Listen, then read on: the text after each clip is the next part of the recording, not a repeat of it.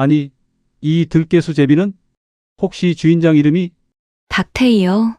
그 순간 정태의 심장이 튀어나올 것 같았습니다. 우연히 들어간 시골 시장에서 들깨 수제비를 한술 뜨고 너무 놀라 젊은 여자의 이름을 물어본 재벌회장. 이땐 아무도 몰랐습니다. 이 들깨 수제비 한 그릇이 하루아침에 모두의 인생을 바꾸는 신호탄이 될 줄은. 시작 전 구독과 좋아요 눌러주시고 어디서 듣고 계신지 댓글 남겨주세요. 계신 곳에 건강과 재물운이 가득하기를 바라겠습니다. 지방 출장은 언제나 똑같았습니다. 비서실장이 일정을 브리핑하고 검은색 벤츠가 고속도로를 가르고 정태는 창밖을 바라보며 고개를 끄덕이는 것. 사업하면서 수없이 반복해온 과정이었죠. 그런데 오늘따라 묘하게 마음이 편치 않았습니다. 회장님, 오후 3시 미팅까지 2시간 정도 여유가 있습니다. 비서실장의 말에 정태는 손을 저었습니다. 점심은 간단히 먹고 싶네. 그냥. 네. 회장님, 예약된 곳이. 오늘은 저기 시장에서 나 혼자 간단히 먹고 오겠네. 거긴 정비서하고 허기사 둘이 가서 먹고 와. 차가 멈춘 곳은 낡은 재래시장 입구였습니다. 오전장이 끝나가는 시간이라 사람들이 뜸했고 좁은 골목 사이로 생선 굽는 냄새와 나물 삶는 김이 뒤섞여 흘러나왔어요. 정태는 천천히 시장 안쪽으로 걸어 들어갔습니다. 골목 끝자락 낡은 천막 아래 작은 노점 하나가 눈에 들어왔습니다. 파란색 플라스틱 의자 4개와 접이식 테이블 2개. 그게 전부였어요. 간판도 없이 그냥 천막 기둥에 들깨 수제비라고 작은 현수막이 붙어 있을 뿐이었습니다. 저기 들어가 볼까? 정태는 노점 앞 의자를 빼내 앉아 있었습니다. 테이블은 낡았지만 깨끗했고 물컵도 반질반질 닦여 있었어요. 어서 오세요. 천막 안쪽에서 여자가 고개를 내밀었습니다. 30대 초반쯤 되어 보이는 앞치마를 두른 평범한 차림이었죠. 그런데 정태는 그 순간 가슴 한쪽이 뜨끔 내려앉는 걸 느꼈습니다. 수제비 하나요. 네. 여자는 환하게 웃으며 천막 안으로 들어갔습니다. 정태는 그녀의 뒷모습을 멍하니 바라봤어요. 왜인지 모르게 익숙한 느낌이었습니다. 어깨선이 걷는 모습이, 고개를 살짝 기울이는 각도가. 왜 이러지? 정태는 고개를 저었습니다. 그저 피곤해서 그런 거라고 스스로를 다독였죠. 곧 김이 모락모락 나는 뚝배기가 앞에 놓였습니다. 국물 위로 들깨가루가 뽀얗게 퍼져 있었고 손으로 뜯은 듯한 울퉁불퉁한 수제비가 가득 떠올라 있었어요. 그 위에 애호박 몇 조각과 청양고추가 동동 떠 있었습니다. 맛있게 드세요. 여자가 뚝배기를 놓으며 말했습니다. 정태는 고개를 들어 그녀를 봤어요. 목에 작고 낡은 은목걸이가 걸려 있었습니다. 단순한 디자인이었지만 묘하게 눈길이 갔죠. 정태는 숟가락을 들어 국물을 한 모금 떴습니다. 그 순간 손이 멈췄습니다. 국물이 목을 넘어가는데 머릿속이 하얗게 비워지는 느낌이었어요. 이 맛, 이 농도, 들깨의 고소함과 멸치 육수의 감칠맛이 혀끝에서 어우러지는 이 느낌. 희주, 30년도 더 지난 기억이 불현듯 되살아났습니다. 27이었던 어느 겨울밤 좁은 단칸방에서 희주가 끓여준 수제비. 옛일이지만 행복했던 그 시절. 희주는 늘 이렇게 들깨를 듬뿍 넣어 국물을 만들었고 수제비를 손으로 뜯을 때면 꼭 이런 모양이 나왔었죠. 정태는 천천히 수제비 한 조각을 입에 넣었습니다. 쫄깃하면서도 부드러운 식감. 밀가루 반죽을 치댈 때 물을 조금씩 넣으며 반죽의 탄력을 살리는 그 손길까지 똑같았어요. 처음 오신 것 같은데 입에 맞으세요? 여자가 물었습니다. 정태는 고개를 들었어요. 그녀가 웃고 있었습니다. 밝고 순한 미소였죠.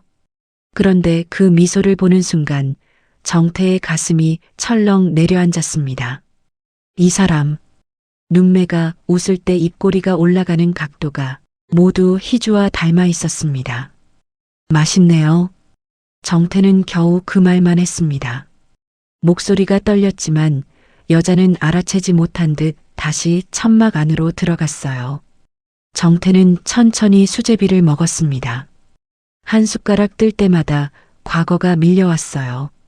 희주가 반죽을 치대던 손놀림, 국물간을 맞출 때 고개를 갸웃거리던 모습, 정태 씨, 오늘은 들깨를 좀 더 넣어봤어요 라며 수줍게 웃던 얼굴. 뚝배기가 바닥을 드러낼 무렵 정태는 천막 안쪽을 슬쩍 들여다봤습니다. 여자가 반죽통 앞에 앉아 밀가루 반죽을 치대고 있었어요. 두 손으로 반죽을 모았다가 펼치고 다시 접고 힘을 주어 눌렀다가 들어 올리는 동작. 그 모든 게 희주와 똑같았습니다. 정태는 시선을 내렸습니다. 반죽통 가장자리, 낡은 스테인리스 표면에 작은 흠집이 보였어요. 별 모양, 세 개의 뾰족한 선이 모여 만든 손톱으로 긁어낸 듯한 작은 별. 심장이 쿵 떨어지는 것 같았습니다. 희주는 늘 그랬습니다. 반죽을 하다가 쉴 때면 손톱으로 반죽통 구석에 작은 별을 새겼었죠. 우리 둘만의 표시예요 라며 웃던 그 얼굴이 선명하게 떠올랐습니다. 괜찮으세요? 여자가 조심스럽게 물었습니다. 정태는 고개를 들었어요. 자신이 뚝배기를 움켜쥔 채 멍하니 앉아 있었다는 걸 그제야 깨달았죠. 아, 네. 계산. 정태는 자리에서 일어났습니다. 여자가 나와 돈을 건네받으며 환하게 웃었어요. 또 오세요. 감사합니다. 정태는 고개를 끄덕이고 천천히 걸음을 옮겼습니다. 시장 골목을 빠져나오면서도 고개가 저절로 뒤로 돌아갔어요. 천막 아래 여자가 다시 반죽통 앞에 앉아 있었습니다. 목에 걸린 은목걸이가 희미하게 빛났습니다. 차에 오른 정태는 한동안 아무 말도 하지 않았습니다.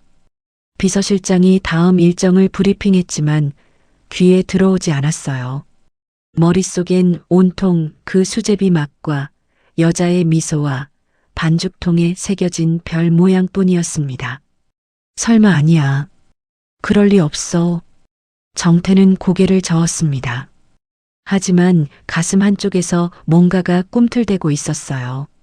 30년 넘게 꽁꽁 눌러두었던 무언가가 조금씩 깨어나고 있었습니다. 창밖으로 시장이 멀어져 갔습니다. 정태는 주먹을 쥐었다가 폈어요. 손바닥에 땀이 배어 있었습니다. 차는 고속도로로 진입했고 정태는 눈을 감았습니다. 하지만 감은 눈 뒤로 자꾸만 그 노점이, 그 여자가, 그 들깨 수제비 맛이 어른거렸습니다. 사흘이 지났지만 정태는 그 노점을 잊을 수 없었습니다. 회의실에 앉아 있어도, 보고서를 검토할 때도 자꾸만 그 여자의 모습이 눈앞을 가렸어요. 반죽을 치대던 손놀림, 환하게 웃던 미소, 목에 걸린 낡은 은목걸이, 반죽통 구석에 새겨진 작은 별, 그리고 무엇보다 그 들깨 수제비 맛. 그냥 우연인가? 정태는 스스로를 다독였습니다. 하지만 마음 한구석에서 계속 무언가가 속삭였어요. 확인해봐야 한다고, 그냥 지나칠 수 없다고. 결국 정태는 전화기를 들었습니다. 강 사장 나야. 회장님, 오랜만입니다. 무슨 일이십니까? 전화 너머로 강 사장의 능청스러운 목소리가 들려왔어요. 정태는 잠시 망설이다가 입을 열었습니다. 조사 하나 하고 싶네. 조용하게. 말씀만 하십시오. 정태는 천천히 설명했습니다. 시장의 위치, 들깨 수제비 노점, 30대 초반으로 보이는 여자. 강 사장은 묵묵히 듣다가 한 가지만 물었어요. 특별한 이유라도 있으십니까? 정태는 잠시 말을 멈췄습니다. 뭐라고 대답해야 할지 알 수 없었어요. 그냥 수제비 맛이 비슷해서, 손놀림이 닮아서, 반죽통에 별이 새겨져 있어서, 그냥 궁금해서 그래. 정태의 목소리가 조금 떨렸습니다. 강 사장은 더 이상 묻지 않았어요. 알겠습니다. 전화를 끊은 뒤 정태는 의자에 깊이 몸을 기댔습니다. 창밖으로 서울 시내가 내려다 보였어요. 수많은 빌딩과 자동차, 사람들. 하지만 정태의 눈에는 아무것도 들어오지 않았습니다.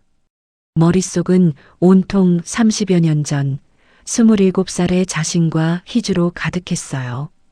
그날도 비가 내렸습니다. 좁은 단칸방 창문에 빗방울이 후두둑 떨어지고 희주는 작은 가스레인지 앞에서 수제비를 끓이고 있었죠. 정태는 그 뒷모습을 바라보며 생각했었어요. 이 사람과 평생을 함께하고 싶다고. 하지만 현실은 달랐습니다. 집안의 반대는 거셌고 아버지는 정태를 불러 차갑게 말했었어요. 그 여자와 헤어지지 않으면 넌 내 아들이 아니야. 정태는 버티려 했습니다. 하지만 집안의 압박은 점점 심해졌고 희주는 어느 날 갑자기 사라졌어요. 연락도 되지 않고 단칸방도 비워진 채였죠. 정태는 미칠 듯이 찾아다녔습니다. 하지만 희주는 흔적도 없이 사라졌고 결국 정태는 포기할 수밖에 없었어요. 그때 희주가 뭔가 말하려던 게 있었는데 정태는 눈을 감았습니다. 마지막으로 희주를 봤던 날 그녀의 눈이 붉게 충혈되어 있었던 것, 무언가 말하려다가 입을 다물던 그 표정이 떠올랐어요. 내가 놓친 게 있었던 걸까? 며칠 뒤 강 사장이 찾아왔습니다. 들어오게. 정태는 집무실 문을 닫고 강 사장을 맞았어요. 강 사장은 서류 봉투를 꺼내며 조심스럽게 말했습니다. 확인했습니다. 노점 주인 이름은 박태희, 32살입니다. 박태희. 정태는 그 이름을 천천히 되뇌었습니다. 낯설면서도 묘하게 가슴 한쪽이 저려왔어요. 출생 기록을 확인해 봤는데요. 강 사장이 서류를 펼쳤습니다. 정태는 그 종이를 받아들었어요. 손이 미세하게 떨렸습니다. 출생지, 등록일, 그리고 어머니 이름. 정희주. 정태의 숨이 멎었습니다. 이게 어머니 성함이 정희주입니다. 강 사장의 목소리가 조심스러웠습니다. 정태는 고개를 들지 못했어요. 서류를 쥔 손에 힘이 들어가 종이가 구겨졌습니다. 회장님? 계속하게. 정태의 목소리는 거의 속삭임에 가까웠습니다. 강 사장은 잠시 침묵하다가 다시 입을 열었어요. 그런데 정희주 씨는 5년 전에 사망했습니다. 정태는 고개를 번쩍 들었습니다. 얼굴이 창백하게 질렸어요. 뭐라고? 지병이 있었는데 코로나에 걸린 후 폐렴 합병증으로요. 강 사장의 말이 귀에 들어오지 않았습니다. 정태는 의자 팔걸이를 꽉 움켜쥐었어요. 손마디가 하얗게 변할 정도로 힘을 주었지만 가슴 속에서 밀려오는 무언가를 막을 수는 없었습니다. 희주가 죽었다고? 정태는 눈을 감았습니다. 희주의 얼굴이 떠올랐어요. 22살 환하게 웃으며 수제비를 건네던 그 모습. 그게 마지막이었습니다. 회장님, 괜찮으십니까? 강 사장이 걱정스럽게 물었습니다. 정태는 고개를 저었어요. 그래. 태희 씨는 어머니와 단둘이 살았던 것으로 보입니다. 아버지 기록은 없고요. 아버지 기록은 없다. 그 말이 정태의 가슴을 후벼 팠습니다. 혹시 그때 희주가... 정태는 고개를 저었습니다. 아니야, 그럴 리 없어. 희주가 임신했다면 말했을 거야. 숨길 이유가 없잖아. 하지만 마음 한구석에서 의심이 고개를 들었어요. 희주가 갑자기 사라진 이유, 마지막에 무언가 말하려다 멈춘 그 표정. 그리고 지금 노점에서 일하는 저 여자. 서류 틈에서 강 사장이 태희 사진을 출력해 놓은 게 보였습니다. 정태는 숨을 삼켰습니다. 사진 속 태희는 앞치마를 두르고 환하게 웃고 있었습니다.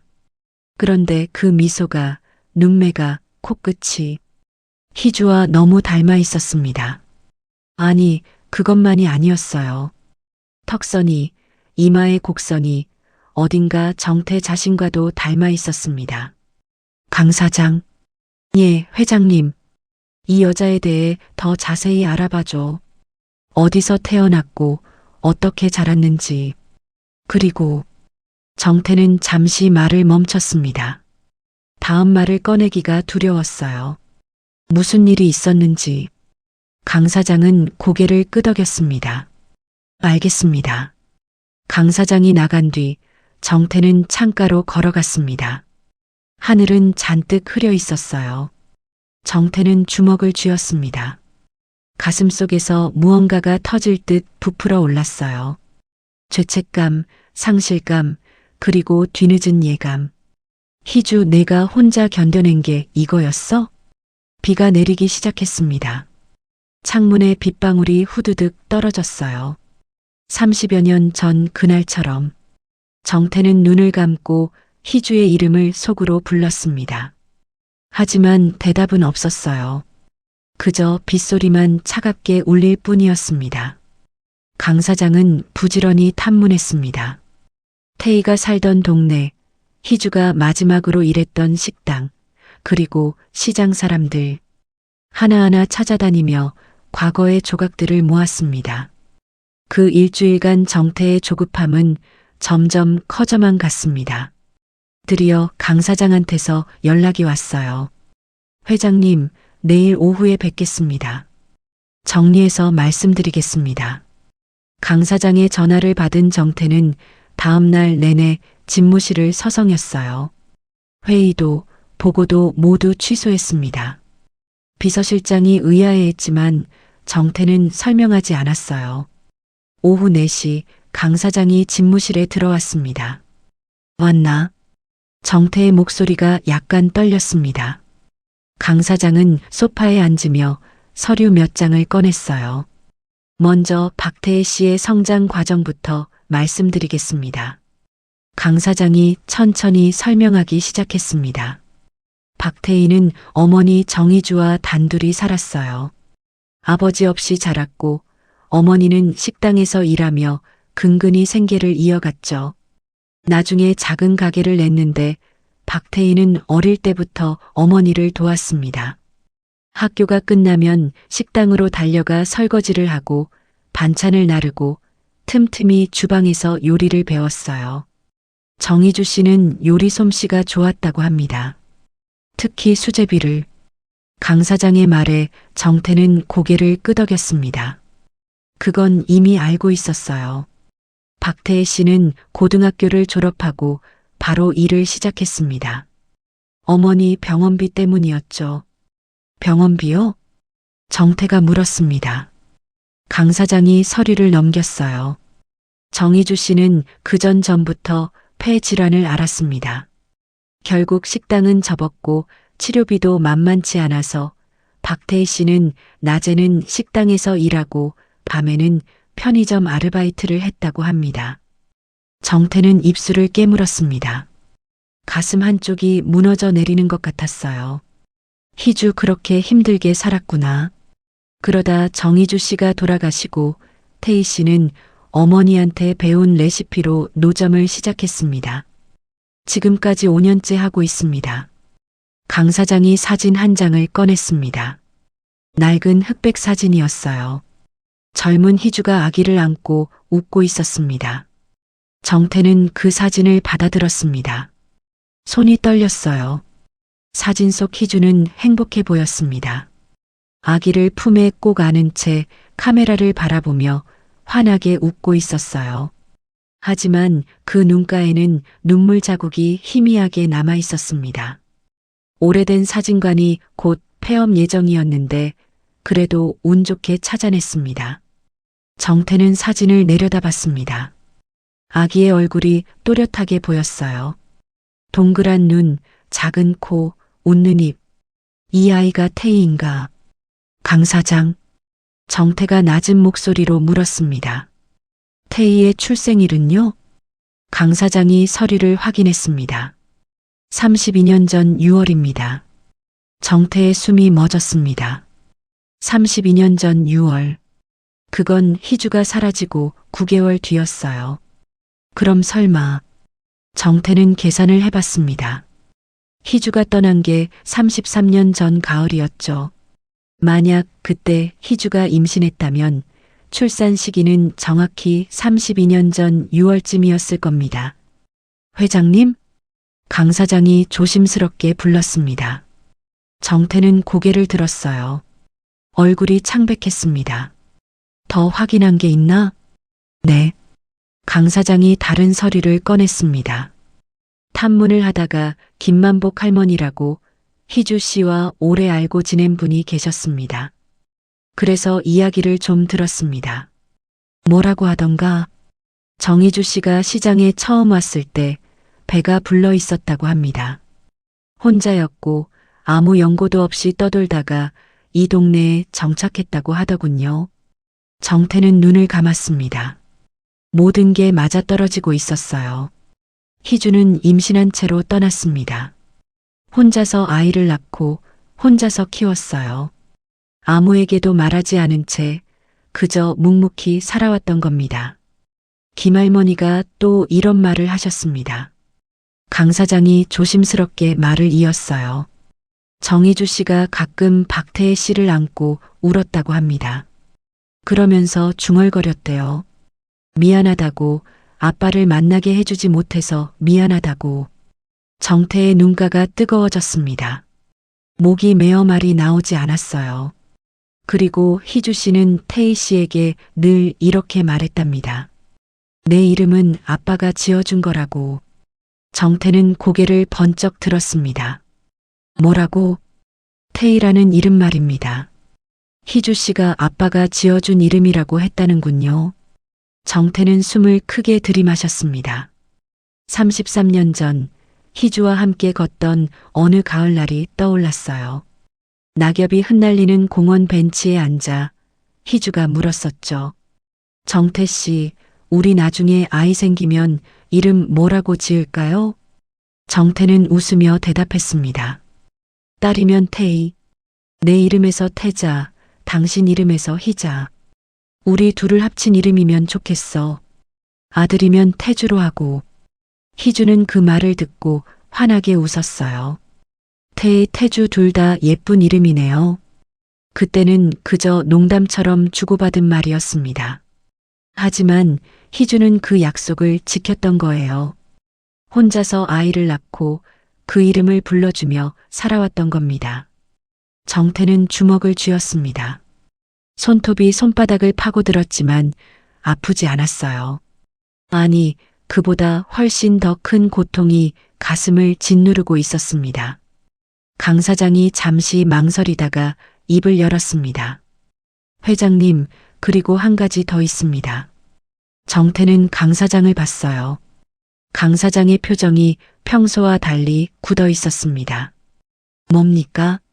정희주 씨가 떠났던 시기에 대해 조사를 더 했습니다. 당시 정희주 씨 주변 사람들을 더 알아봤는데 강 사장이 다른 서류를 펼쳤습니다. 당시 정희주 씨의 친구였던 분을 찾았습니다. 그분 증언에 따르면 희주 씨가 이사가기 전 누군가 찾아왔다고 합니다. 정태의 심장이 쿵 떨어졌습니다. 누가? 하는서 씨입니다. 정태는 숨이 막혔습니다. 희주를 만났다고? 네. 친구 말로는 하는서 씨가 돈 봉투를 받았다고 합니다. 5천만 원. 당시로선 적지 않은 금액이었죠. 정태는 의자 팔걸이를 꽉 움켜쥐었습니다. 그리고 정희주 씨한테 회장님과 헤어지라고 했다고 합니다. 회장님 인생의 짐이 되지 말라고. 정태의 머릿속이 하얗게 비워졌습니다. 희주 씨는 그 돈을 받았고 사흘 뒤 짐을 싸서 사라졌다고 합니다. 강 사장의 말이 귀에 들어오지 않았습니다. 정태는 눈을 감았어요. 은서가 그런 짓을. 회장님, 괜찮으십니까? 강 사장이 걱정스럽게 물었습니다. 정태는 고개를 저었어요. 괜찮아. 수고했어. 자료는 여기 놔두게. 정태의 목소리가 낮게 가라앉았습니다. 강 사장은 조용히 자리에서 일어났습니다. 천천히 보시고 또 필요한 게 있으면 연락 주십시오. 강 사장이 나가고 정태는 혼자 남았습니다. 창밖으로 해가 지고 있었어요. 붉은 노을이 하늘을 물들이고 서울 시내에 불빛이 하나둘 켜지기 시작했습니다. 정태는 다시 그 흑백 사진을 들여다봤어요. 희주의 미소, 아기의 얼굴, 그리고 그 눈가에 맺힌 눈물. 희주 미안해. 정말 미안해. 정태는 사진을 가슴에 안았습니다. 33년 넘게 쌓여온 죄책감이 밀려왔어요. 하지만 그것만이 아니었습니다. 은서에 대한 배신감, 분노, 그리고 무엇보다 자신이 놓쳐버린 32년이라는 시간에 대한 후회. 모든 것이 한꺼번에 밀려왔습니다. 밤이 깊어갔습니다. 정태는 그 자리에 그대로 앉아 사진을 내려다보고 또 내려다봤어요. 시간이 얼마나 흘렀는지 알 수 없었습니다. 정태는 며칠 동안 집무실에 틀어박혀 지냈습니다. 아무도 만나지 않았어요. 회의도 약속도 모두 취소했습니다. 비서실장이 걱정스러운 얼굴로 물었지만 정태는 그저 고개를 저을 뿐이었죠. 머릿속은 온통 희주와 태희, 그리고 은서 생각뿐이었습니다. 강 사장이 가져온 자료를 계속 들여다봤어요. 친구의 증언, 5천만 원, 한은서, 은서가 그런 짓을. 정태는 주먹을 쥐었습니다. 손마디가 하얗게 변했어요. 33년 전 희주가 떠난 그날이 자꾸만 떠올랐습니다. 뭔가 결심한 얼굴로 자신 앞에 서 있던 희주의 모습, 눈물을 참으며 말하던 그 목소리. 정태 씨 이제 그만 만나요. 무슨 소리야? 갑자기 왜 그래? 미안해요. 정말 미안해요. 희주는 그 말만 되풀이했습니다. 정태가 손을 잡으려 하자 뒤로 물러섰어요. 그리고 돌아서서 뛰어갔죠. 정태는 쫓아갔습니다. 하지만 희주는 골목 모퉁이에서 사라졌고 그게 마지막이었어요. 그때 희주가 뭔가 말하려 했었는데 정태는 그 순간을 떠올렸습니다. 희주가 뭔가 말을 하려다 마는 그 표정. 무언가 중요한 말을 하려다가 참아낸 듯한 눈빛. 임신 사실을 말하려 했던 걸까요? 아니면 은서가 찾아왔다는 걸 말하려 했던 걸까요? 모두 은서 때문이었어. 정태는 전화기를 들었습니다. 손이 떨렸어요. 여보세요? 웬일이에요? 은서의 목소리가 들렸습니다. 정태는 차갑게 말했어요. 나야. 좀 만나지. 정태 씨. 갑자기 무슨. 내일 라움 카페로 나와. 정태는 일방적으로 말하고 전화를 끊었습니다. 다음 날 정태는 조용한 찻집에 먼저 도착했습니다. 창가 자리에 앉아 밖을 바라봤어요. 사람들이 오가고 차들이 지나갔습니다. 하지만 정태의 눈엔 아무것도 들어오지 않았어요. 시간이 되자 은서가 들어왔습니다. 명품 코트를 입고 핸드백을 든 모습. 여전히 우아했어요. 하지만 얼굴에는 약간의 긴장이 보였습니다. 앉아. 정태가 말했습니다. 은서는 맞은편에 앉으며 가방을 옆에 뒀어요. 오랜만이네요, 당신. 그렇네. 정태의 목소리는 평온했습니다. 하지만 그 평온함 아래 무언가 차갑게 가라앉은 게 느껴졌어요. 무슨 일로 갑자기. 정희주. 정태가 은서의 말을 끊었습니다. 은서의 표정이 미세하게 굳었어요. 기억하지? 다 지난 일을. 왜 갑자기? 은서가 찻잔을 들어 한 모금 마셨습니다. 손이 약간 떨렸어요. 33년 전에 당신이 희주를 찾아갔지? 정태가 똑바로 물었습니다. 은서는 잠시 침묵하다가 고개를 끄덕였어요. 그랬어요. 5천만 원 들고요. 은서의 눈빛이 흔들렸습니다. 어떻게, 왜 그랬어? 정태의 목소리가 낮게 깔렸습니다. 은서는 찻잔을 내려놓았어요. 정태 씨를 위해서였어요. 뭐라고? 그때 정태 씨 집안이랑 우리 집안 어차피 결혼해야 하는데. 근데 그 여자가 있으면 모든 게 틀어지니까. 은서의 말투는 여전히 차분했습니다. 마치 당연한 일을 했다는 듯이. 정태는 주먹을 쥐었습니다. 그게 당신이 할 일이야? 정태 씨 인생을 지키는 거였어요.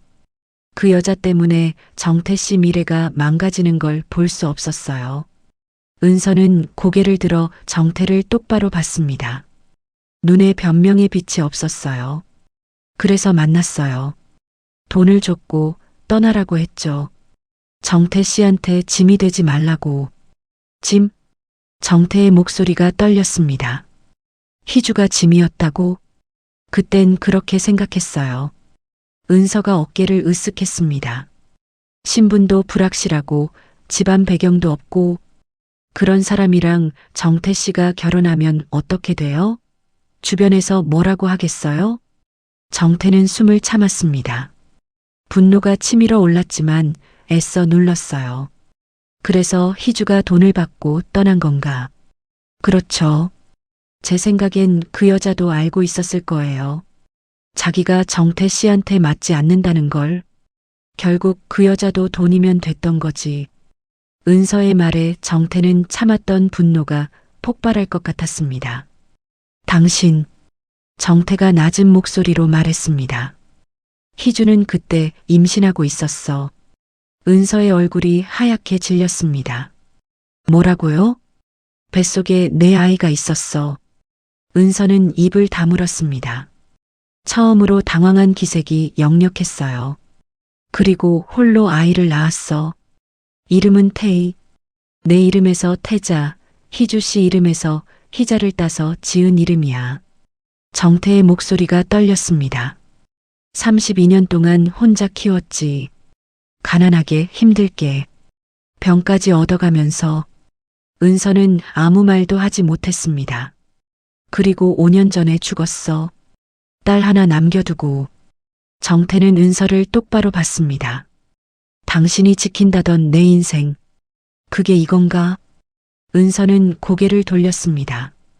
창밖을 바라보며 입술을 깨물었어요. 몰랐어요. 임신한 줄은. 몰랐다면 다인가? 정태가 쏘아붙였습니다. 당신 때문에 나는 32년을 내 딸도 있는 줄도 모르고 살았어. 희주는 혼자 아이 키우다가 죽었고. 은서는 여전히 창밖을 보고 있었습니다. 하지만 어깨가 미세하게 떨리고 있었어요. 미안하지만 나도 몰랐는데. 정태는 쓴웃음을 지으며 자리에서 일어났습니다. 당신 정말. 정태는 돌아섰습니다. 은서는 그 뒷모습을 바라봤어요. 정태 씨. 은서가 불렀습니다.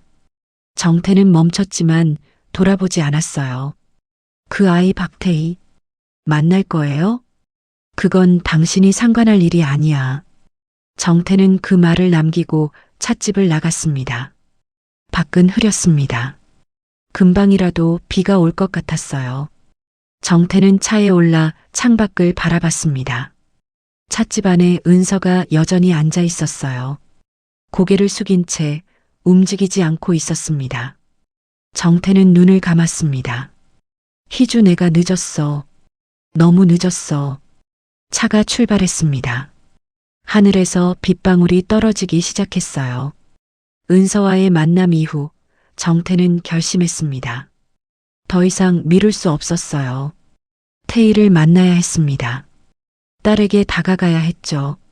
하지만 어떻게 말을 꺼내야 할지 알 수 없었어요. 32년 만에 갑자기 나타나 뭐라고 해야 하는 걸까요? 정태는 며칠 동안 고민했습니다. 밤마다 잠을 이루지 못하고 창밖만 바라봤어요. 답은 나오지 않았지만 한 가지는 확실했습니다. 일단 만나야 한다는 것. 그날 오후 정태는 다시 그 시장을 찾았습니다. 비서 없이 혼자 골목 안으로 걸어 들어갔어요. 익숙한 천막이 보였습니다. 파란색 플라스틱 의자와 접이식 테이블, 그리고 그 앞에서 반죽을 치대고 있는 태희. 정태는 멈춰 섰습니다. 가슴이 두근거렸어요. 손바닥에 땀이 났습니다. 어떻게 말을 시작하지? 정태는 천천히 다가갔습니다. 태희가 고개를 들었어요. 어서 오세요. 밝은 미소였습니다. 태희는 정태를 기억하고 있었어요. 며칠 전 왔던 손님이라는 걸. 또 오셨네요. 앉으세요. 수제비 하나 주세요. 정태는 의자를 빼내 앉았습니다. 태희는 고개를 끄덕이고 천막 안으로 들어갔어요. 정태는 태희의 뒷모습을 바라봤습니다. 반죽통을 열고 밀가루를 손에 묻히고 물을 조금씩 부으며 반죽을 치대는 모습. 모든 게 희주와 똑같았어요. 잠시 후 뚝배기가 앞에 놓였습니다. 맛있게 드세요. 태희가 웃으며 말했습니다. 정태는 고개를 끄덕였어요. 국물을 한 모금 뜨는 순간 또다시 가슴이 저려왔습니다. 이 맛. 33년 전 희주가 끓여주던 그 맛. 정태는 천천히 수제비를 먹었습니다. 태희는 천막 안에서 다음 손님을 위해 준비를 하고 있었어요. 지금 말해야 해. 지금이 아니면. 정태는 숟가락을 내려놨습니다. 심호흡을 하고 입을 열었어요. 저 주인장. 태희가 고개를 내밀었습니다. 네, 손님. 뭐 필요하세요? 잠깐 시간 좀 내줄 수 있소? 정태의 목소리가 떨렸습니다. 태희는 고개를 갸웃거렸어요. 손님, 무슨 일이세요? 할 얘기가 있소. 중요한 얘기. 정태는 태희의 눈을 똑바로 봤습니다. 태희는 조금 당황한 표정을 지었어요. 저 손님이 저한테 무슨 얘기가 있으신데요? 주인장 이름이 어떻게 돼요? 저요? 박태희라고 합니다. 그런데 이름은 왜요? 그럼 어머니 성함이 정이죠? 태희의 얼굴이 굳었습니다. 어떻게 우리 엄마를 아세요? 태희의 목소리가 경계심으로 가득 찼습니다. 정태는 숨을 깊이 들이마셨어요. 나는 희주와 오래전에 알고 지냈지. 오래전이요? 태희가 천막 밖으로 나왔습니다. 앞치마에 묻은 밀가루를 털어내며 정태를 봤어요. 눈빛이 날카로워졌습니다. 손님, 무슨 말씀을 하시려는 거예요? 정태는 입술을 깨물었습니다. 말이 목구멍에서 맴돌았지만 나오지 않았어요. 어떻게 말하지? 나는 당신 아버지라고? 32년 동안 몰랐지만 이제야 알았다고? 정태는 주먹을 쥐었습니다. 손이 떨렸어요. 저 사실은 손님. 태희가 정태의 말을 끊었습니다. 목소리가 차가웠어요. 태희가 단호하게 말했습니다. 우리 엄마 얘기는 함부로 하지 말아주세요. 엄마는 5년 전에 돌아가셨어요. 손님이 어떻게 아셨는지 모르겠지만 태희의 목소리가 떨렸습니다. 눈가가 붉어졌어요. 잘 모르는 분한테 이런 식으로 엄마 얘기 듣고 싶지 않아요. 정태는 가슴이 무너지는 걸 느꼈습니다. 미안해요. 하지만 이제 그만 가주세요. 태희가 고개를 돌렸습니다. 더 이상 정태를 보지 않았어요. 정태는 입을 열었다가 다시 닫았습니다. 뭐라고 말해야 할지 알 수 없었어요. 자리에서 일어났습니다. 다리에 힘이 없었습니다. 돈은 여기 놓고 갈게요. 정태는 테이블 위에 지폐 몇 장을 놓았습니다. 태희는 대답하지 않았어요. 천막 안으로 들어가 등을 보이고 있었습니다. 정태는 천천히 걸음을 옮겼습니다. 골목을 빠져나오면서도 자꾸 뒤를 돌아봤어요. 태희는 천막 안에 앉아 고개를 숙이고 있었습니다. 차에 오른 정태는 한동안 아무 말도 하지 않았습니다. 비서실장이 조심스럽게 물었어요. 회장님, 괜찮으십니까? 정태는 고개를 저었습니다. 그래. 목소리가 갈라졌어요. 내가 망쳤어. 정태는 창밖을 바라봤습니다. 시장이 점점 멀어져 갔어요. 희주 어떻게 하면 좋겠어? 우리 딸한테 어떻게 다가가야 해? 차는 고속도로로 진입했습니다. 정태는 눈을 감았어요. 태희의 차가운 눈빛이 자꾸만 떠올랐습니다. 엄마 얘기는 함부로 하지 말아주세요라던 그 말이 귓가에 맴돌았어요. 정태는 주먹을 쥐었습니다. 손톱이 손바닥을 파고들었지만 아프지 않았어요. 그보다 훨씬 더 큰 고통이 가슴을 짓누르고 있었습니다. 첫 시도부터 실패했어. 정태는 한숨을 내쉬었습니다. 하지만 포기할 수는 없었어요. 태희는 자신의 딸이었습니다. 32년 동안 몰랐던, 하지만 이제는 분명히 알게 된 자신의 핏줄. 다시 가야 해. 제대로 말해야 해. 하지만 어떻게? 태희는 이미 경계하고 있었어요. 다시 찾아간다고 해서 달라질 게 있을까요? 정태는 눈을 떴습니다. 서울 시내가 보이기 시작했어요. 집무실로 돌아온 정태는 창가에 서서 한참을 서 있었습니다. 해가 지고 있었어요. 붉은 노을이 하늘을 물들이고 빌딩들 사이로 어둠이 내려앉고 있었습니다. 희주가 남긴 우리 딸. 정태는 주먹을 쥐었다가 폈습니다. 손바닥이 축축했어요. 포기할 수 없어. 절대로. 밤이 깊어갔습니다. 정태는 그 자리에 계속 서 있었어요. 창밖 불빛들을 바라보며 다음 방법을 생각하고 또 생각했습니다. 하지만 답은 쉽게 나오지 않았습니다. 며칠이 흘렀습니다. 은서는 집에서 나오지 못하고 있었어요. 정태를 만난 뒤로 마음이 무너져 내렸습니다. 거울을 볼 때마다 자신이 낯설었어요. 내가 뭘 한 거지? 33년 전 희주를 찾아갔던 그날이 자꾸만 떠올랐습니다. 좁은 단칸방 앞에서 희주를 마주했던 순간, 봉투에 든 5천만 원을 내밀었던 그 손. 정태 씨한테서 떠나주세요. 당신이 있으면 정태 씨 인생이 망가져요. 희주는 아무 말도 하지 않았어요. 그저 봉투를 받아들고 고개를 숙였을 뿐이었죠. 은서는 그게 승리라고 생각했었습니다. 희주가 돈에 넘어간 거라고, 사랑보다 돈을 택한 거라고 믿었어요. 하지만 진실은 달랐습니다. 은서는 희주가 떠나고 자신이 정태와 결혼하고 얼마 지나지 않아 알게 된 사실이 있었어요. 희주가 그 돈을 전부 보육원에 기부했다는 것을, 단 한 푼도 자신을 위해 쓰지 않았다는 것을. 하지만 당시에는 이미 지난 일이었고 어차피 결혼을 했기에 잊고 살았습니다. 아니, 외면했는지도 몰라요.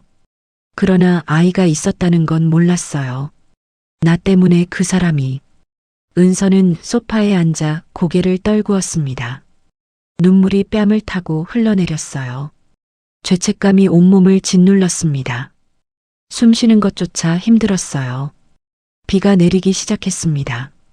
은서는 창밖을 바라봤어요.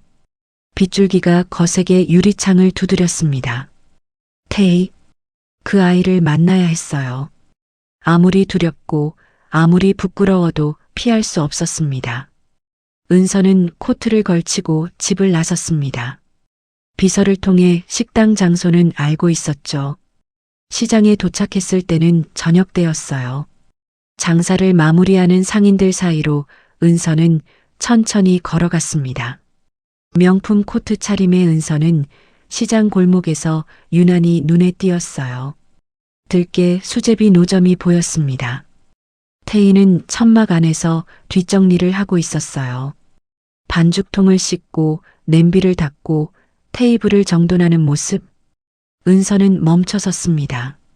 다리가 떨렸어요. 저 아이가 희주 씨 딸. 태희는 고개를 들어 은서를 봤습니다. 낯선 손님인 듯 고개를 갸웃거렸어요. 오늘은 영업 끝났는데요. 태희 씨 맞죠? 은서의 목소리가 떨렸습니다. 태희는 눈을 가늘게 떴어요. 저를 어떻게 아세요? 할 얘기가 있어서 왔어요. 은서는 천천히 다가갔습니다.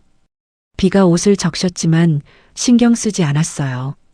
누구세요? 태희가 경계하는 눈빛으로 물었습니다. 은서는 입술을 깨물었어요. 저는 한은서라고 해요. 당신 어머니 정희주 씨를 알아요. 태희의 얼굴이 굳었습니다. 우리 엄마를요? 네. 은서는 고개를 숙였습니다. 빗물이 머리카락을 타고 흘러내렸어요. 미안해요. 정말 미안해요. 태희는 한 걸음 뒤로 물러섰습니다. 무슨 소리예요? 갑자기 왜 그러세요? 태희 씨 엄마가 혼자 그렇게 살던 곳을 떠난 이유는 은서가 떨리는 목소리로 얘기했습니다. 제가 그렇게 만들었어요. 은서의 눈에서 눈물이 흘러내렸습니다. 빗물과 뒤섞여 뺨을 타고 떨어졌어요. 돈을 줬어요. 5천만 원. 박정태 씨. 그러니까 태희 씨 아버지한테서 떠나라고, 정태 씨 인생에 짐이 되지 말라고. 태희는 숨을 멈췄습니다. 뭐라고요? 당신 엄마는 아무 말 없이 그 돈을 받았어요. 그리고 사라졌죠. 은서는 주먹을 꽉 쥐었습니다. 저는 그게 옳은 일이라고 생각했어요. 정태 씨를 지키는 거라고, 모두를 위한 거라고. 태희는 천막 기둥을 붙잡았습니다. 다리에 힘이 빠지는 것 같았어요. 그런데 말이에요. 은서의 목소리가 더욱 떨렸습니다.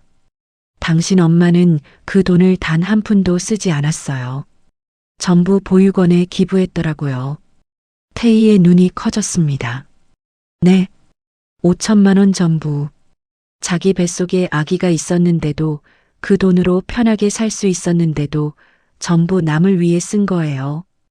은서는 무릎이 꺾였습니다. 진흙탕 바닥에 주저앉으며 흐느꼈어요. 물론 난 그때 희주 씨가 임신한 줄은 몰랐어요. 그래도 제가 얼마나 잘못했는지 이제야 알았어요. 태희는 그 모습을 멍하니 내려다봤습니다. 빗속에서 무릎 꿇고 우는 은서. 명품 코트는 진흙에 젖어 있었어요. 태희 씨 엄마는 정말 대단한 사람이었어요. 은서가 고개를 들어 태희를 봤습니다. 눈이 빨갛게 충혈되어 있었어요. 저 같은 사람 때문에 평생을 혼자 살았어요. 당신을 키우느라 얼마나 힘들었을지. 태희는 천막 기둥을 더 세게 붙잡았습니다. 손이 하얗게 질렸어요. 왜 이제 와서 이런 말을 하는 거예요? 태희의 목소리가 떨렸습니다. 분노와 슬픔이 뒤섞여 있었어요. 엄마는 이미 돌아가셨어요. 이제 와서 미안하다고 해봤자 무슨 소용이에요? 알아요. 다 알아요. 은서가 울먹이며 대답했습니다.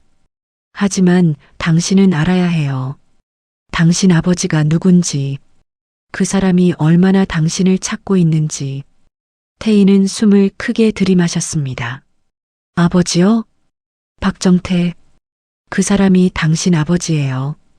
은서가 말했습니다. 요즘 이 시장에 자주 오잖아요. 당신한테 다가가려고 애쓰고 있어요. 태희는 며칠 전 그 손님을 떠올렸습니다. 찾아와서 어머니 얘기를 꺼냈던 그 사람. 희주를 알았다고 했던 그 남자. 그 사람이. 정태 씨는 몰랐어요. 떠난 이유도, 희주 씨가 임신했던 것도. 은서가 천천히 일어섰습니다. 진흙 묻은 무릎을 털지도 않은 채 태희를 봤어요. 전부 제 잘못이에요. 제가 둘을 갈라놓았어요. 당신한테서 아버지를 빼앗았고 정태 씨한테서 당신을 빼앗았어요. 빗속에서 두 여자가 마주 섰습니다. 태희는 눈물을 흘렸어요. 평생 궁금했던 아버지. 엄마가 끝내 말해주지 않았던 그 사람.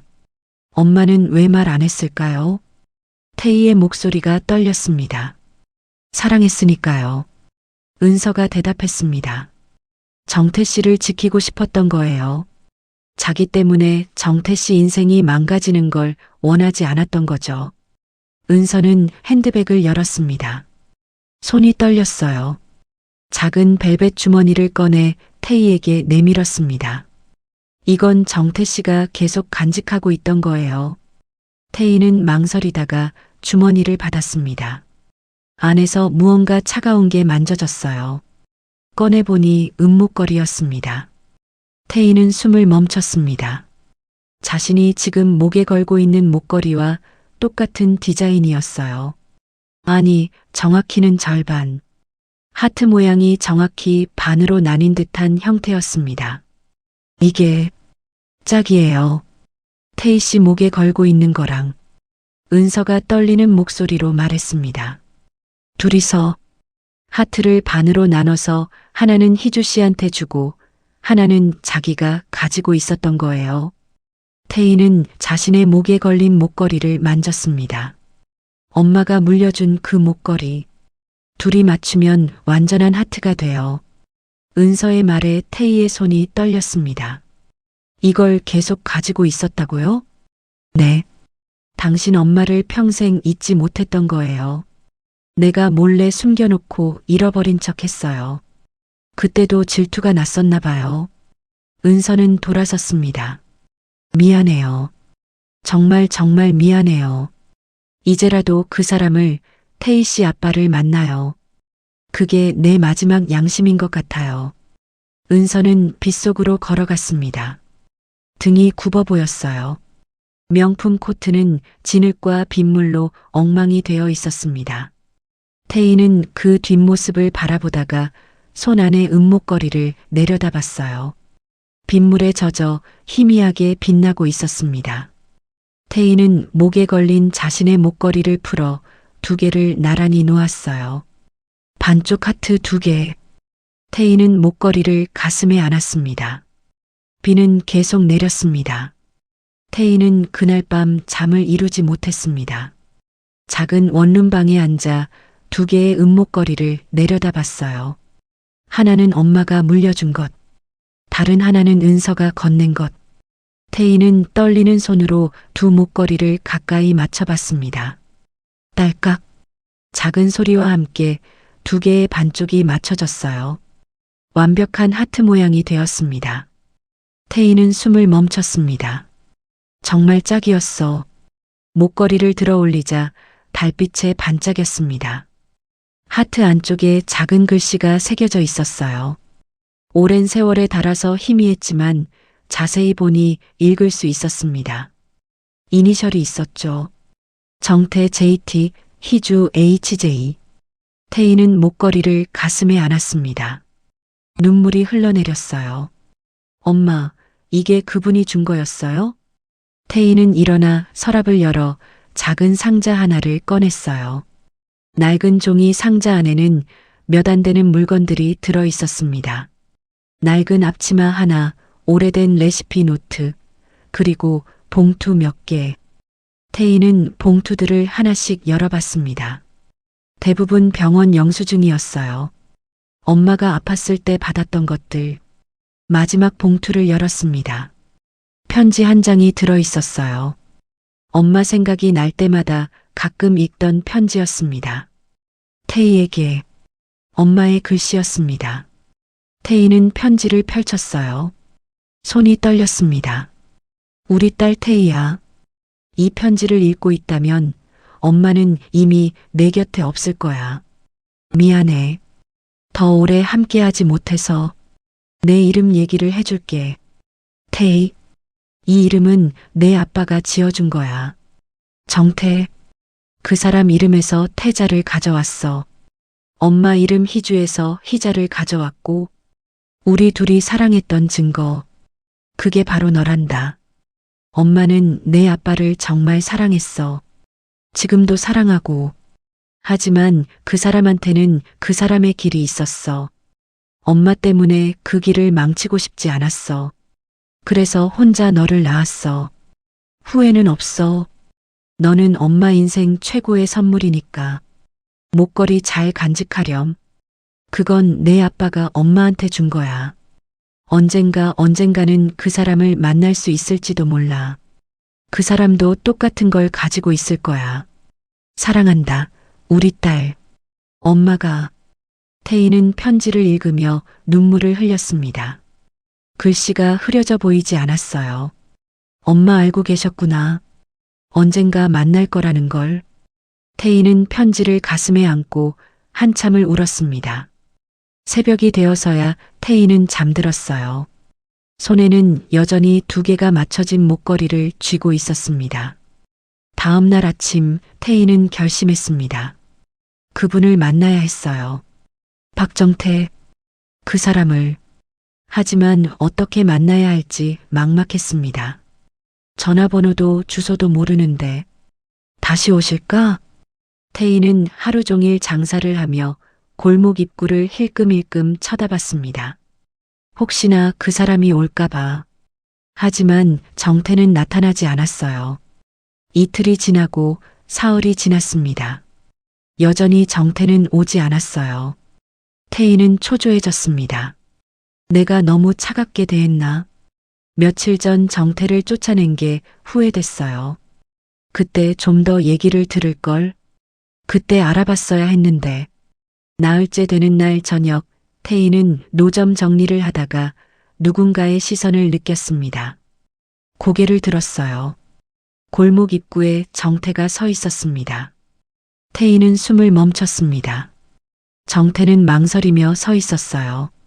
다가와야 할지 돌아가야 할지 모르는 듯 했습니다. 태희는 앞치마를 벗었습니다. 천천히 골목을 걸어 나갔어요. 정태는 태희를 봤습니다. 눈빛이 흔들렸어요.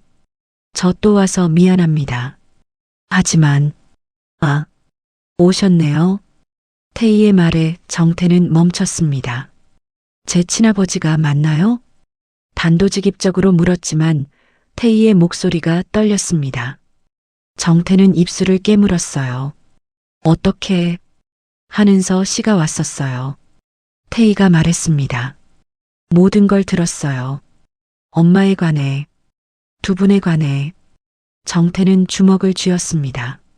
눈가가 붉어졌어요. 미안해요. 정말 몰랐어요. 딸이 태어난 것도, 희주가 혼자 키운 것도 알아요. 태희가 고개를 끄덕였습니다. 엄마가 말 안 하셨으니까요. 태희는 목에서 목걸이를 풀었습니다. 2개가 맞춰진 하트 모양 목걸이. 이거 맞죠? 아저씨가 엄마한테 주신 거. 정태는 그 목걸이를 보고 눈을 크게 떴습니다. 그게 어떻게 하는서 씨가 가져다 줬어요. 그래서 맞춰봤어요. 태희가 목걸이를 내밀었습니다. 은빛이 반짝였어요. 정태는 떨리는 손으로 목걸이를 받았습니다. 손가락으로 하트 안쪽을 쓰다듬었어요. 새겨진 이름들. 정태 희주. 이 목걸이가. 정태의 목소리가 갈라졌습니다. 희주랑 영원히 함께하자고 약속했는데. 태희는 정태를 바라봤습니다. 희미한 가로등 불빛 아래 서 있는 60살 남자. 머리는 희끗희끗했고 어깨는 조금 굽어 있었어요. 하지만 눈빛만큼은 간절했습니다. 늦었지만 이제라도 알게 돼서. 정태가 말을 잇지 못하고 고개를 숙였습니다. 태희는 잠시 침묵했습니다. 그리고 조용히 말했어요. 그동안의 일들 천천히 얘기해요. 정태의 눈에서 눈물이 흘러내렸습니다. 고마워요. 정말 고마워. 2 사람은 골목 한가운데 서서 서로를 바라봤습니다. 32년 만의 만남이었습니다. 하지만 아직은 조심스러웠어요. 아버지와 딸. 그 관계를 인정하면서도 아직 그 호칭을 부르기엔 서로에게 시간이 필요했습니다. 하늘에서 첫눈이 내리기 시작했어요. 다음 날 오후, 정태는 비서 없이 혼자 또 시장을 찾았습니다. 천막 아래 태희가 반죽을 치대고 있었어요. 나왔어요. 태희가 환하게 웃었습니다. 전보다 훨씬 편안한 미소였어요. 앉으세요. 태희의 말에 정태는 조심스럽게 의자를 빼내 앉았습니다. 태희는 냄비에 물을 올리고 멸치를 넣었습니다. 엄마 손맛은 못 따라가지만 그래도 맛있게 만들어 볼게요. 태희의 손놀림은 능숙했습니다. 반죽을 치대고 들깨가루를 넣고 애호박을 썰고 정태는 그 모습을 물끄러미 바라봤어요. 희주도 이렇게 했었지. 한참 후 뚝배기 2개가 테이블 위에 놓였습니다. 김이 모락모락 피어올랐어요. 같이 먹어요. 태희가 맞은편에 앉았습니다. 정태는 숟가락을 들었어요. 국물을 한 모금 떴습니다. 익숙한 맛이 입안에 퍼졌어요. 맛있어요? 태희가 물었습니다. 정태는 고개를 끄덕였어요. 희주가 끓여주던 그 맛이네. 태희는 웃으며 수제비를 먹었습니다. 한참 동안 두 사람은 말없이 식사를 했어요. 정태가 먼저 입을 열었습니다. 네. 물어보고 싶은 게 많았어요. 어떻게 살았는지. 태희는 숟가락을 내려놨습니다. 네. 태희는 어린 시절 이야기를 꺼냈습니다. 엄마와 단둘이 살았던 좁은 집. 학교가 끝나면 엄마가 일하는 식당에 가서 설거지를 도왔던 일. 엄마가 아파서 병원에 입원했을 때 혼자 곁을 지켰던 밤들. 힘들었겠구나. 정태가 물었습니다. 목소리가 떨렸어요. 힘들었죠. 가끔은 왜 우리 집엔 아빠가 없나 싶기도 했고. 태희는 잠시 말을 멈췄습니다. 근데 엄마가 늘 말했어요. 내 아빠는 훌륭한 사람이라고. 언젠가 만나게 될 거라고. 어른이 되면 이해할 거라고. 정태는 눈을 감았습니다. 희주의 모습이 떠올랐어요. 희주는 정말 좋은 사람이었지. 알아요. 태희가 웃었습니다. 엄마는 평생 저 하나만 보고 사셨는데. 정태는 주먹을 쥐었습니다. 손마디가 하얗게 변했어요. 미안하구나. 내가 함께하지 못해서. 아저씨 잘못이 아니에요. 태희가 고개를 저었습니다. 엄마도 그렇게 말했어요. 아무도 탓하지 말라고. 태희는 가방에서 희주의 편지를 꺼냈습니다. 정태에게 건넸어요. 정태는 떨리는 손으로 편지를 펼쳤습니다. 희주의 글씨. 33년 만에 보는 그 필체. 편지를 읽으며 정태의 눈에서 눈물이 흘러내렸습니다. 희주. 정태는 편지를 가슴에 안았어요. 어깨가 떨렸습니다. 태희는 조용히 기다렸습니다. 정태가 슬픔을 사귈 시간을 주었어요. 한참 후 정태가 고개를 들었습니다. 이제 앞으로 생각은 해봤니? 정태가 물었습니다. 태희는 잠시 생각하다가 대답했어요. 천천히 생각해봐요. 천천히? 네. 32년을 모르고 살았는데 하루아침에 모든 걸 채울 순 없잖아요. 태희의 말에 정태는 고개를 끄덕였습니다. 그동안 밀린 얘기 천천히 해주세요. 엄마랑 있었던 일들. 그리고 태희는 잠시 말을 멈췄습니다. 저도 제 얘기 들려드릴게요. 조금씩. 정태는 눈물을 닦았습니다. 고맙다. 정말. 두 사람은 다시 수제비를 먹기 시작했어요. 이번에는 조금씩 대화를 나누면서요. 정태는 희주와 처음 만났던 날 얘기를 했습니다. 작은 카페에서 우연히 마주쳤던 일. 희주가 커피를 쏟아서 정태 책에 얼룩이 졌던 것.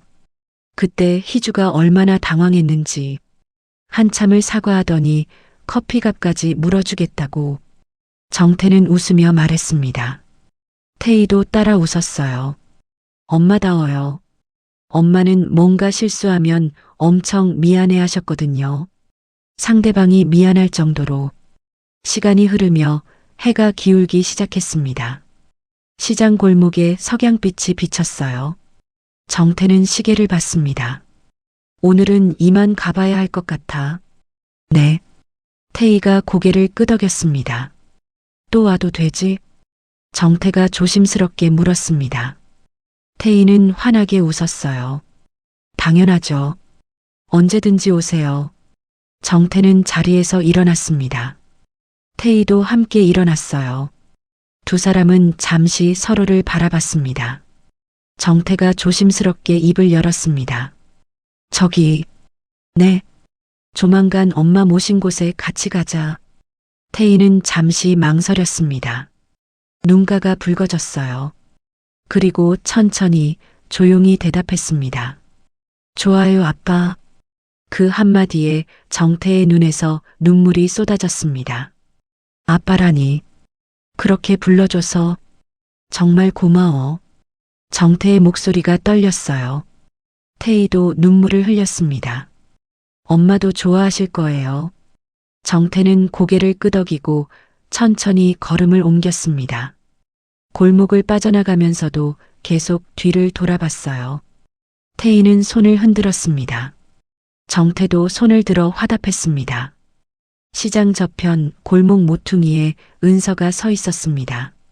그녀는 멀리서 두 사람을 바라보고 있었어요. 정태와 태희가 함께 웃으며 이야기하는 모습을 본 은서는 조용히 미소 지었습니다. 그리고 돌아섰어요. 코트 자락이 바람에 흩날렸습니다. 은서는 천천히 걸어가며 중얼거렸어요. 다행이야. 그녀의 뒷모습은 쓸쓸해 보였지만 어딘가 홀가분해 보이기도 했습니다. 시장에는 저녁 장사 준비가 시작되고 있었어요. 상인들의 구성진 호객 소리, 생선 굽는 냄새, 떡볶이 익는 소리. 태희는 다시 천막 안으로 들어가 반죽통을 닦기 시작했습니다. 손을 움직이며 혼잣말처럼 중얼거렸어요. 엄마 만났어요. 엄마가 사랑했던 그 사람. 바람이 불어왔습니다. 천막이 살랑살랑 흔들렸어요. 태희는 하늘을 올려다봤습니다. 석양 너머로 별 하나가 반짝이고 있었어요. 고마워요, 엄마. 32년 만에 시작된 이야기. 그 끝이 어떻게 될지는 아무도 모릅니다. 시장 골목에 불빛이 하나둘 켜지기 시작했습니다. 이들이 어떤 길을 걸어갈지는 모르지만 중요한 건 이제 시작됐다는 거예요. 아버지와 딸의 천천히 쌓아가는 이야기가. 잃어버린 시간은 되돌릴 수 없지만 남은 시간은 함께 채워갈 수 있으니까요. 진실은 언젠간 드러나고 사랑은 시간을 넘어 이어집니다. 희주가 남긴 사랑이 결국 두 사람을 만나게 했듯이 말이죠. 오늘 이야기 재밌으셨나요? 좋아요, 구독 눌러주시고 늘 건강하세요. 어디서 보고 계신지 댓글 달아주시면 반갑게 인사드리고 계신 곳에 건강과 재물운이 가득하길 기원하겠습니다. 시청해주셔서 감사드리며 더 재밌는 감동사연 많이 올려드리겠습니다. 구독자분들 모두 오늘도 황금처럼 빛나는 시간 보내세요.